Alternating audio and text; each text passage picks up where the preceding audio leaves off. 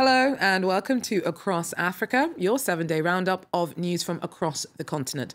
Coming up in this week's programme, in his first major speech in Africa, France's president spoke to students in Burkina Faso to insist that he's a different kind of leader of the former colonial power. We don't want to tell Africans what to do, says Emmanuel Macron, although some protesters remain sceptical. And amid growing insecurity in Mali, attacks by terror groups and radical preachers force over 200 schools to close. Our correspondent reports from the central city of Mopti. And Tunisia expects its olive oil output to triple this winter. We take you deep into the organic olive groves where the harvest is already well underway. But first, France's President Emmanuel Macron kicked off his tour of West Africa by trying to reach out to Burkina-based students in Ouagadougou. In a speech at the city's university, the 39-year-old said that he was from a new generation of French leaders who are keen on building partnerships with the continent rather than tell it what to do. You speak to me as if France was still a colonial power, but I do not want to take care of electricity problems in the universities of Burkina Faso.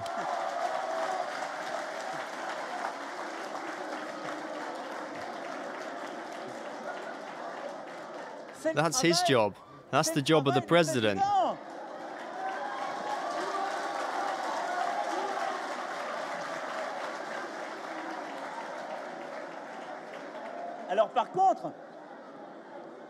So on the other hand, I reassure you. Oh, what's this? He's going away. Stay there.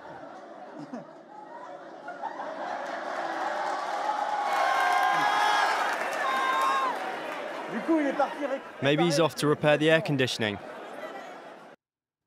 But despite Macron's promises of a new approach to relations with Africa, clashes broke out between police and young protesters who say that they're sceptical about Paris's sincerity about breaking with the past.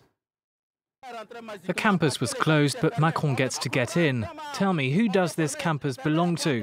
They closed the campus to students now. The old habits are coming back. The police are here. Yesterday, the military surrounded us. People are being gassed as if they were rats in holes. It's really deplorable. And for me, Macron is not welcome here in Burkina Faso, and especially not in the university. We came out in force this morning to show Macron and France that the Burkina they knew in the 60s and the 80s is not the same as today's Burkina. France must understand this once and for all.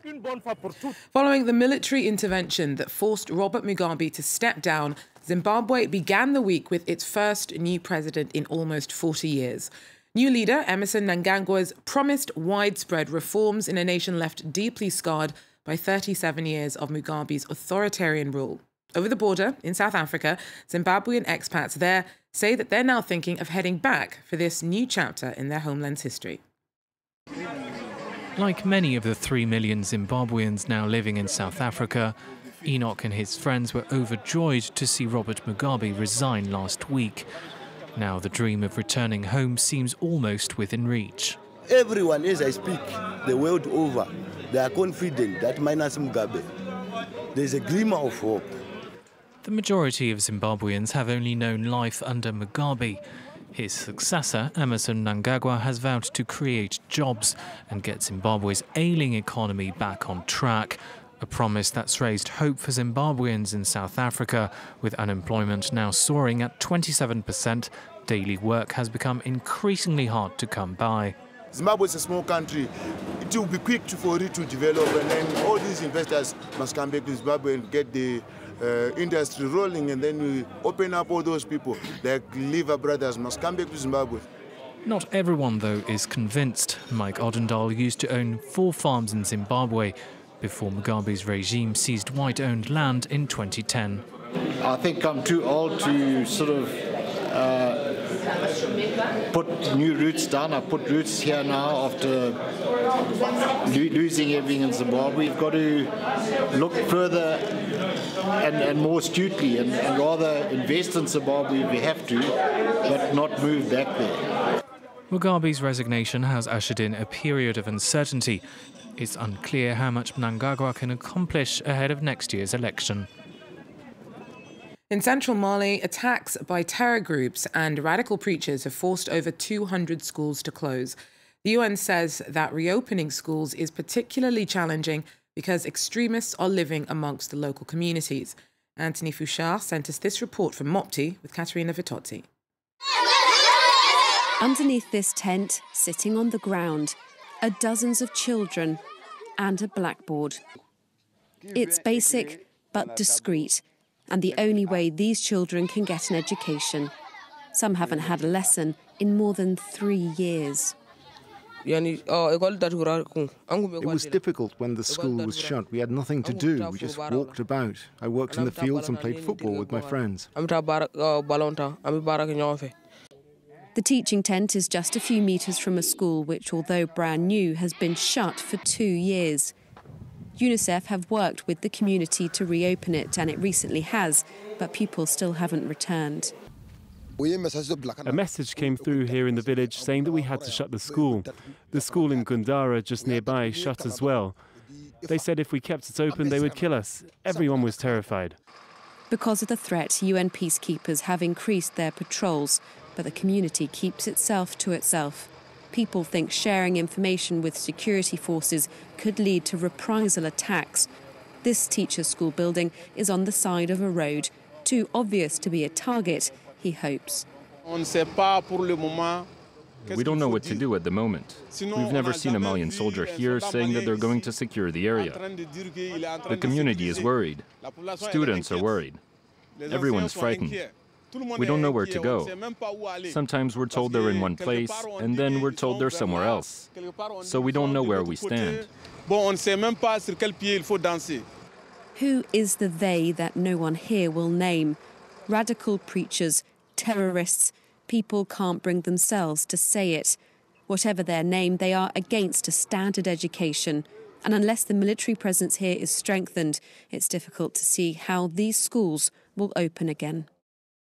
It's set to be a bumper season for Tunisia's olive oil output, with the number of bottles filled set to triple over November and December.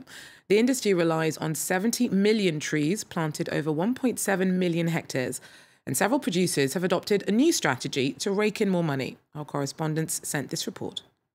Winter in Tunisia heralds the start of an all-important harvest. For several months, these workers will gather the new treasures of Tunisian agriculture. Organic olives. We are here in the region of Sfax, on one of the country's 200,000 hectares of certified organic olive groves. Handpicking is important to protect the olives. We must prevent them from being damaged. 95% of Tunisian olive trees are farmed in the local and traditional way. That's to say, without chemicals. Converting to organic is just a tiny step that the Tunisian olive oil leader and main exporter CHO was ready to take. And in 2013 they went even further, producing their own bottles and their very own brand. Today our products are sent all around the world and we're growing very fast.